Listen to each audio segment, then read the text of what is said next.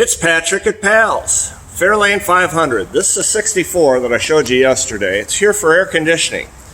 Now this car went to another shop and they put in vintage air. And you can see we've got some wires pulled up here. Now the reason this customer came to us is they saw our commercial on classic cars with air conditioning and adding air conditioning to classic cars. And so he brought this. The other shop couldn't make the air conditioning work. He brought it to us and we found out that the air conditioning is wired improperly. It wasn't wired correctly to make the compressor come on and off.